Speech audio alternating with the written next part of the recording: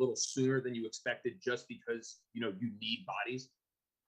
Well, it's a fair point. I think, I don't know if concern's the right word. I think what we feel very strongly about is we've put together a development plan and a vision for how we're going to move forward with this organization. But you also have to be prepared to pivot and, make decisions based on the reality of your situation. And, UPL is actually a perfect example. I've talked to you guys about not wanting to box players out and make sure that we're prepared to set players up for success. So you're always balancing that. But then we were in a situation where, injuries and COVID, UPL came in, had an opportunity, and then took advantage and played very well. So that's why, for me, development is something that, it's never a straight line. It's never exactly how you think it should go, that, oh, they have to play this many games there, there's this amount of time.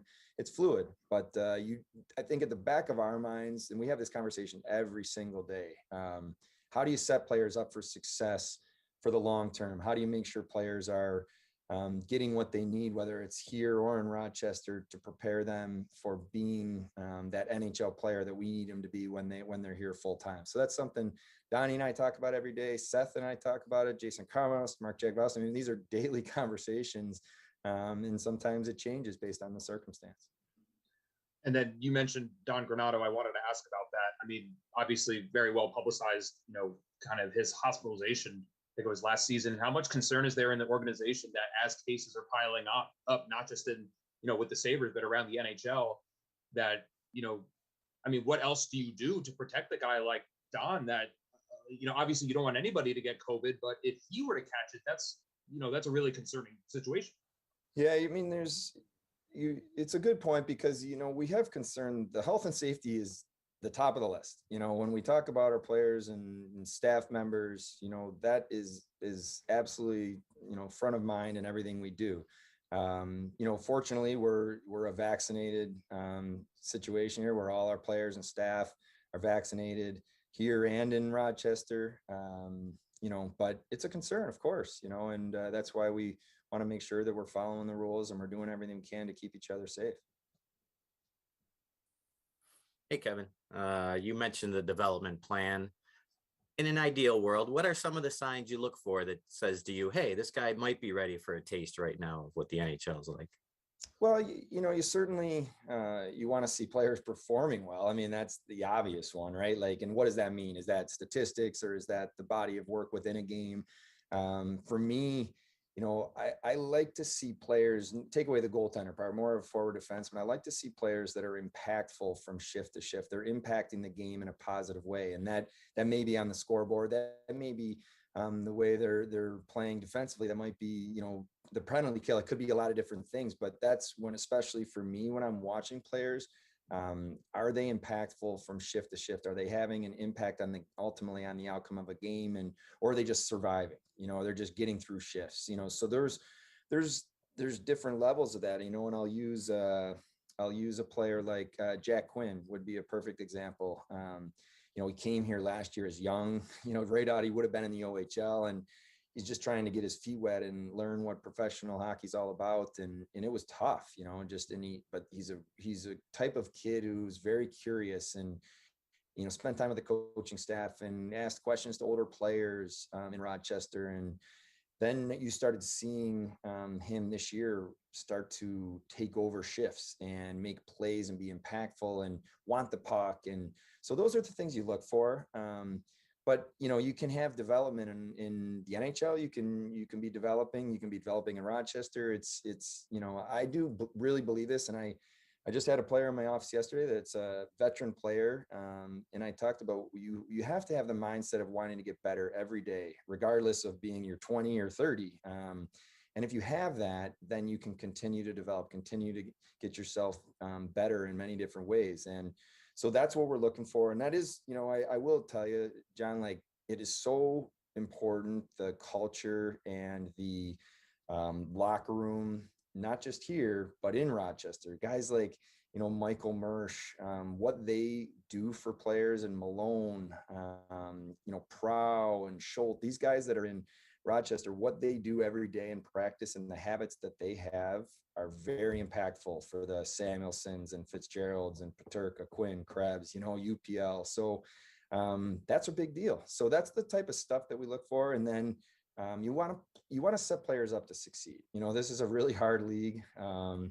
And there's ups and downs even for veteran players, but you want to get them in a position where they're getting to play their game the way they need to play to have success for themselves and to help our team. So that's kind of the way we evaluate things. And I know you've been to Michigan a handful of times. I'm sure you've been to other places. What have you learned during the travels about both your prospect group and the scouting and development staffs that you've been on the road with? Yeah, I've been really proud of the work that our development staff has done this year. Just, spending time with our prospects.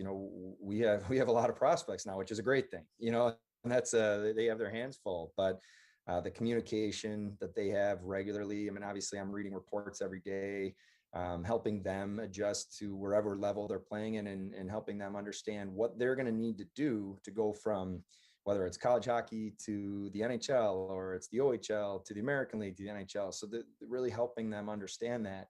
And I've been proud of that group and appreciate the work they've put in, especially with still the world we're living in, and travel's not as easy as you guys know. I have been to Michigan. I've watched, Owen and Eric play a number of times. I've enjoyed that. Last year you really couldn't do any of that.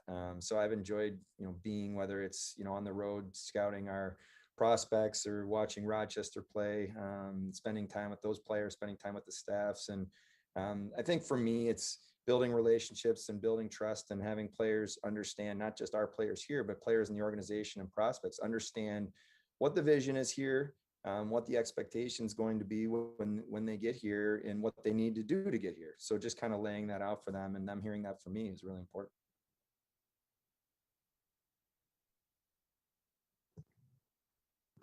Hi, Kevin. You guys experienced an outbreak last season. I'm curious, how before the season did you prepare for something like that to possibly happen again this season? And also, just how relieved are you that you guys didn't have to go through a vaccination issue? You didn't have to push in from the jump. You guys have been 100% vaccinated for your team to protect themselves.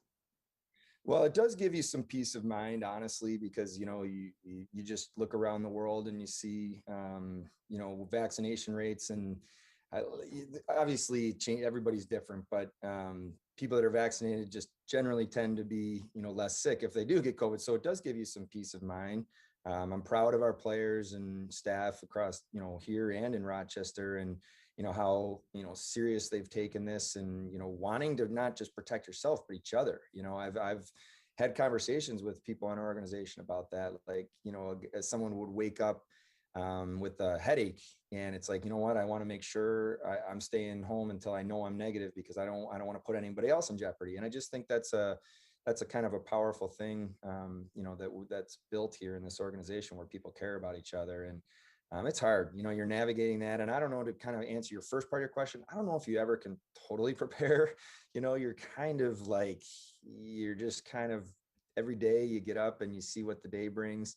Especially in my role, it's no 2 days are the same, and you kind of adjust and react with what you're dealing with in that time. And that's the way the whole world's dealing with it right now, though. And quickly, do you know yet if there will be a game tomorrow night in Rochester?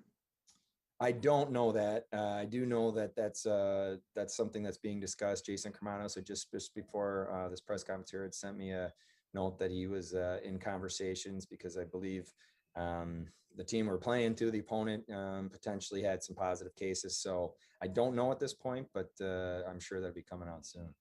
Thanks, Kevin. Yep. Hey, Kevin, with the way this variant is, it's just starting and we don't know very much about it. When you get one of your goaltenders healthy, Tokarski or Anderson, are you thinking you may have to waste a roster spot on keeping 3 goalies up here, just with the situation the way it is?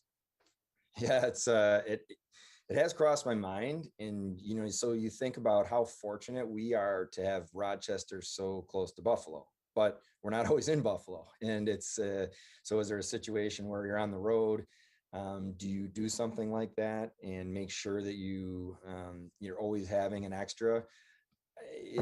there's a lot of times that makes a lot of sense. Unfortunately, it doesn't always work perfectly like that, because there's times where players are, they're day to day or they're out of the lineup, but they're not on the IR because you think they're going to be back. So it doesn't give you that luxury to do that. But I think at times that may be something we'll have to visit, especially if we're going on a road trip where it's not as easy to get someone, up. And I know that's happened a couple of times this year where we had to get, UPL came and met us in Florida, and it was like a quick, early flight. You're trying to get them there for game time, and in your head you're thinking, we don't want to be in an emergency situation where you don't have two goaltenders. So for sure, it's something we'll think and talk a lot about.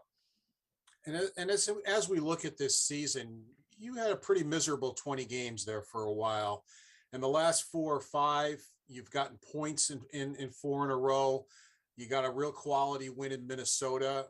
What do you think maybe is turning the tide here from what had been happening to starting to get some results in some difficult places to play?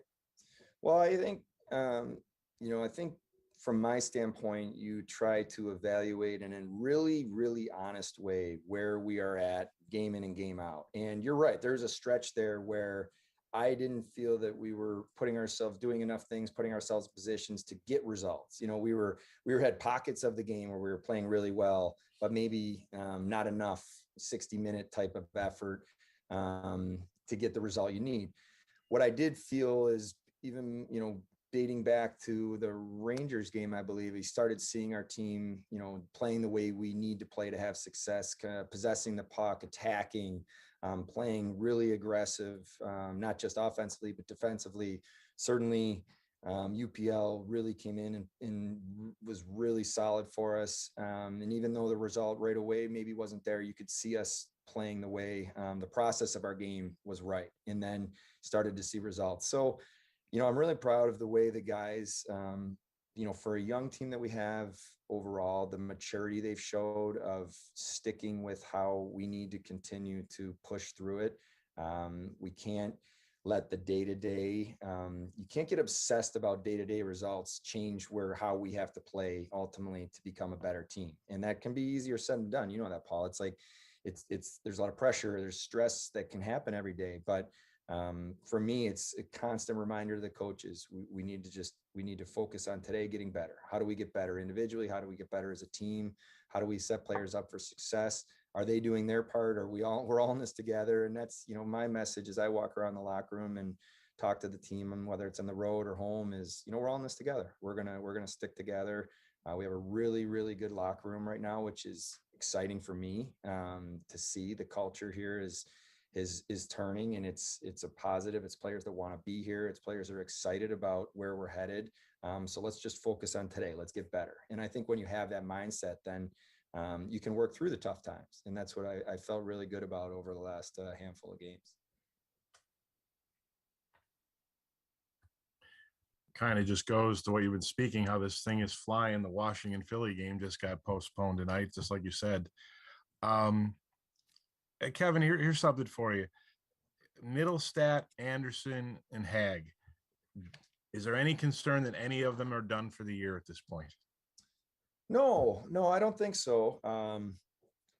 Casey, man, he worked extremely hard to get himself back. And I thought played very well, and, jumping back in a couple games. And then unfortunately, when he got re-injured, it was a little bit of a different injury. It was in a similar place, but the injury itself was a little bit different. So, obviously then the decision was made where he needed to have surgery, but all indications are that he'll be back and ready to go. We're not sure exactly when, but that's our goal, or his goal. And the other two, Hager's a warrior. I mean, he's played really hard for us. He competes at a high level.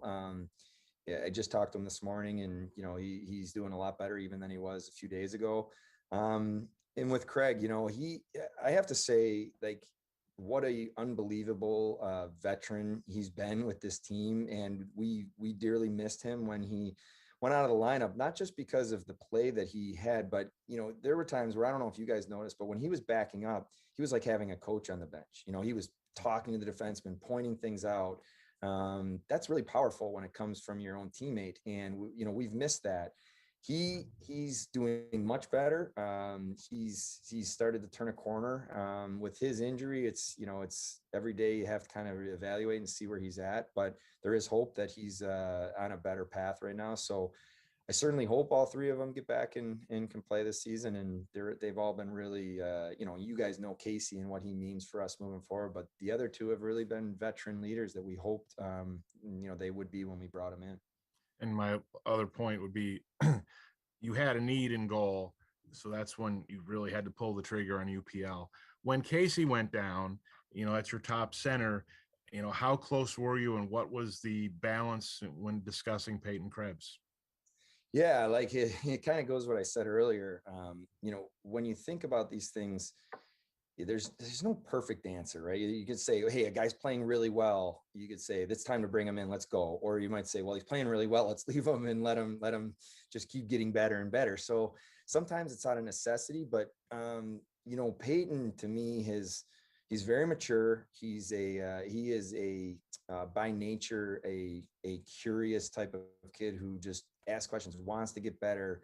I have great conversations with him, and he knows that he is going to be a very big part of our future here. And the message to him has been, don't wake up every day thinking about Buffalo. Just wake up every day, get your feet under you. You're only 20 years old. Let's just bring you along.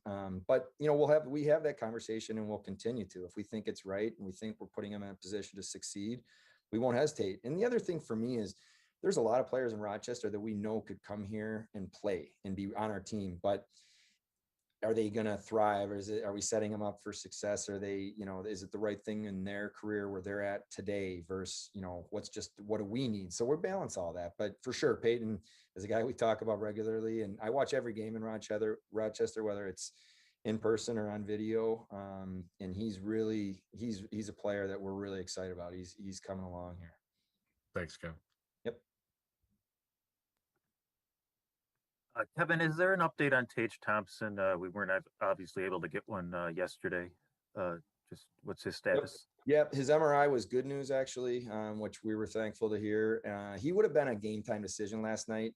He may not have been able to go, but I think this break will be beneficial for him. He had a couple little things, other than this one, he had a couple other little things that have been nagging him. So, obviously, he's a guy that we count on. His progression from, what are we, December 21st? If you think about where he was last year, right before training camp started to where he is today, is pretty incredible trajectory he's been on. And so hopefully these few days can get him a little bit rested and healthy and back at it, because he plays big minutes for us. He's turned into I give Donnie Granato and the coaching staff a lot of credit. Having him play center has been it's huge for our organization, having a player his size and skill up the middle, and he's continued to get better, in my opinion, as the year has gone on. Hey, Kevin, it's Warren again. Just on the Olympic front, I'm not asking you, about what's going to happen, but should the NHL and players decide to not go to Beijing, how much might you feel for guys like Zemgus and Darlene and really everybody else who would be losing out on this opportunity? Yeah, it's such a special thing to put your jersey on in your country, regardless of where you're from, and whether it's Olympics or the World Championships, World Juniors, other tournaments as a kid. So, man, you sympathize with the players if it ends up not happening, where they don't get that experience. I actually had this conversation with Alex Tuch, just about what it means to put that jersey on, and the opportunity and how special it is. So, yeah, for sure. But hope for the guys that you mentioned, if it's not now, that there'd be other opportunities down the road. Thanks, Kevin. Yep. You mentioned Alex Tuch. Two things. One, I remember when he had the surgery that Vegas said 6 months, and it's only 5. So how did that move up so much? And you've mentioned many times people who want to be here. What more have you learned about him since he's arrived? Well, from the health standpoint, yeah, he's a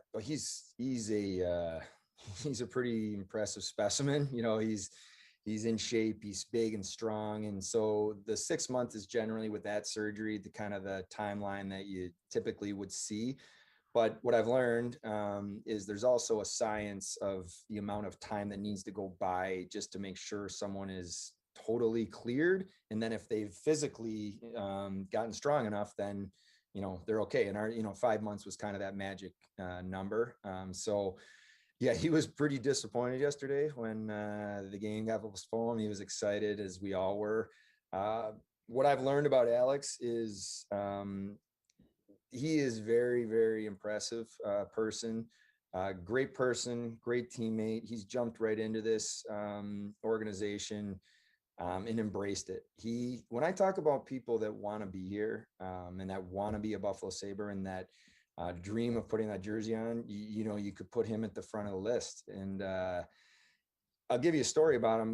Right after he got traded here, he had texted me and asked if he could come up to the front office where all the front offices and the business operations and everything, if he could meet everyone. And he went around to the entire staff and just introduced himself and learned what people do. And John, I got to tell you, it's such a big deal when someone that works in the operations or finance department understands that, Alex Tuch knows who they are, appreciates the job they do every day. It's how you can build a really powerful organization in terms of the culture and what people mean and to each other. And I give Alex a lot of credit. So that's just the type of person, we're talking about here. And then the fact that he, grew up dreaming of playing for the Buffalo Sabres, it means a lot. And I do feel that his presence in our lineup, we've talked a lot about what he means as a hockey player, and we're excited about that. But what he means, off the ice and the character and the leadership is really powerful too. So I'm excited. I hope our fans are excited. It'll be nice to get him in the lineup. And, I think if you asked him right now, he was crushed yesterday, but that's a couple extra days and hopefully we get back at it.